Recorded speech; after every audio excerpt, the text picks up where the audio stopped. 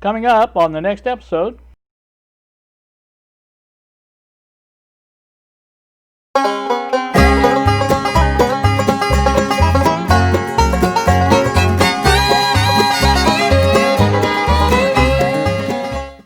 Good Thursday afternoon to you all, YouTube. It is 1:43 now, and we are here today to look at what's going on in the world of DERB.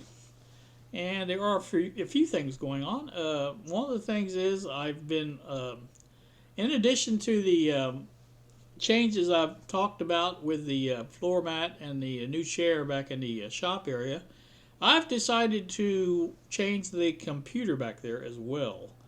And where I went for that was eBay, and this is what I bought. Now this is a Dell Optiplex 3020 desktop, 3.2 gigahertz Core i5, 12 gigabyte RAM system. Now I got this pretty cheap actually. It does not include a hard drive or a hard drive caddy, so that means no operating system on it. But that's not a problem to me. I have hard drives coming out the yin yang as far as being able to use a computer back there. I have some 1 terabytes. I have at least 3 of those, and I have some smaller ones as well if I want to use those. So that's what I'm going to do, is use one of those for the operating system. The operating system really doesn't take that much. I've only got a 500 gigabyte drive on this one here, and I use mostly use the storage or the USB drive, external drive for the storage of my files and things like that. So there's really not much on here as far as content concerned, things like that. So this will be set up again back in the bedroom shop area, what do you want to call it, and it will be basically taking the place of the HP that's back there now. I do have other plans for that HP, and those include this setup right here. I'm back at the home server or file server again, and this is going to be a FreeNAS install. I had FreeNAS running back there one time before, I think when I first moved in here, if I'm not mistaken. It worked well. I was happy with it, and the only part I didn't care for was how it set up the hard drives. And I think at the time I had 2 hard drives, and I only have 1 now, so I think I can set it up different on 1 than I did on 2. So we'll have to see. I'm gonna read some more for it. I'm gonna actually do some configuration with this system that's back there, the HP. And I can run the FreeNAS from a SD card, and that way it won't bother what's on it now. Not that that's a big deal, because I really don't have anything back here worth saving. It's just that I didn't want to mess it up until I get the new computer. And now the new computer is supposed to be here basically, I think, on the 26th. So basically that's when I can expect that. Now, having 2 computers back there is creating another problem, which is going to be solved by this. And this is a gigabit 5-port Ethernet switch. I had an 8-port Ethernet switch back there before, but it went bad, and I don't know what went wrong with it, but it stopped working. So I ordered this for $12.99, not bad. So I thought I'd have this back here. That way I can hook up both computers, the HP and the new Dell, on the same network line, and be able to use both of them that way. And this one, like I said, the Dell will be the shop computer, and of course the HP will be the NAS, FreeNAS computer. I do have room back in that inside of that case on the HP, that it will accommodate 2 3.5-inch drives, and I only really want to put 1 in there. That's the 3 terabyte drive that's in USB right now. The reason I want that set up like that primarily for is I am not happy with the USB setup on this.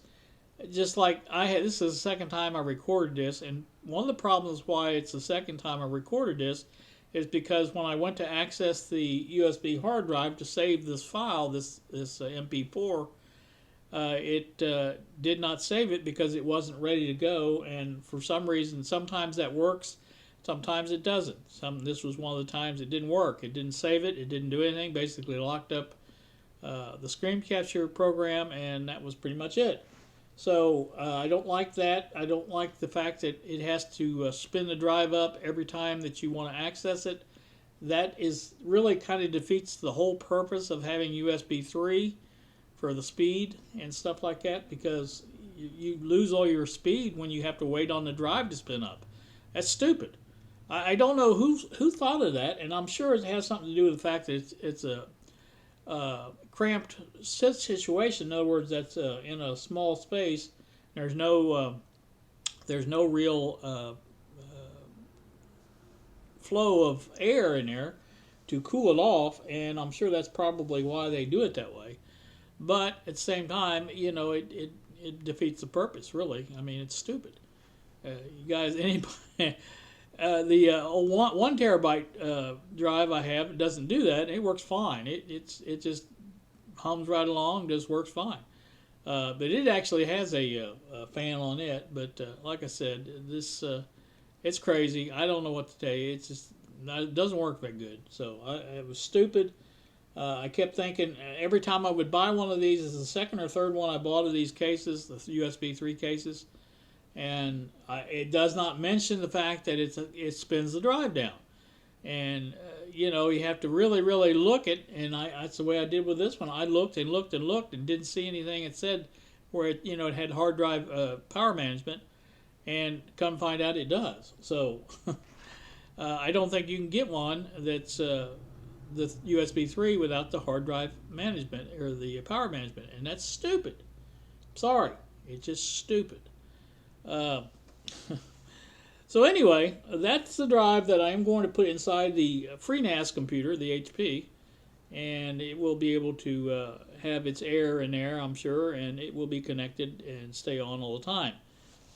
That way it should be available for file uploads and downloads, and it should be more instantaneous than this one is. That should, the gigabit Ethernet should be pretty close to USB 3 speeds, I would think. Maybe even faster, I'm not sure. But anyway, that's what we're doing, and that's where we're going with this. Now, along with this, I have plans for possibly installing another 24-inch monitor back there in the shop. Now, the one I have in here is just one of 4 that I have. I have 4 of these 24-inch monitors that I used to use on one computer. In fact, I had 6 monitors on that computer at one time. Now, the situation is this: it's just I don't know that all of them work. I think 2 of them had went out as far as not being able to use them anymore. As far as I don't know if the backlighting goes out on these, or if it's the capacitors, or what it is, but they do go bad after a while. So I think one of them worked for sure. So I'm hoping it does work, and I can put that in there. I had a 22-inch as well as I think it was another one was a 20-inch maybe. I can't remember, but I had 6 of them all together, and I've got them around here somewhere. I think they're out in the garage. I believe Lexi moved them out in the garage. But anyway, that's the plan. I want to put one of those back there and situate it in a way where I can see it. Having the monitor back in the back of that shelf like it is, I can barely see it. Even though it is a widescreen monitor, it's only a 19-inch monitor, and it or maybe a 16. No, yeah, it is 16-inch. I think is what that is. So that's not very big, and it's not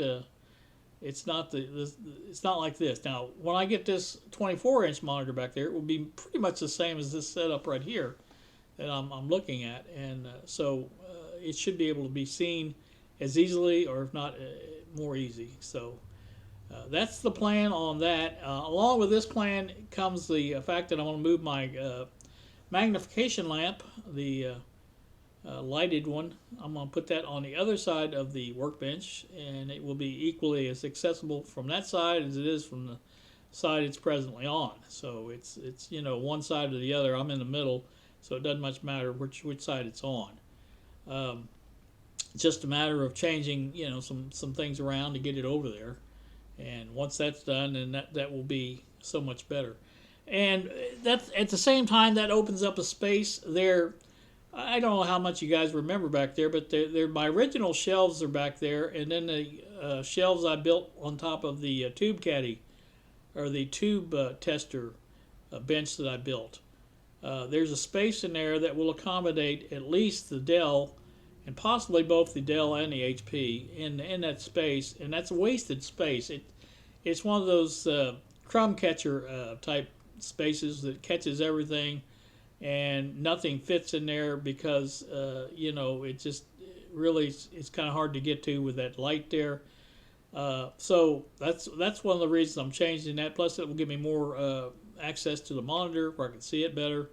And I may even take one of those legs of that shelf off and bring that monitor out a little bit more. So we'll see how that goes, but that's the plan for now. And like I said, I just kind of, after I do this update on the floor mat and the chair and things like that, I think, I kind of needed something else along with that. So I think this will be a good update or upgrade for the shop area, and it will allow me to do a lot of things that I presently can't do.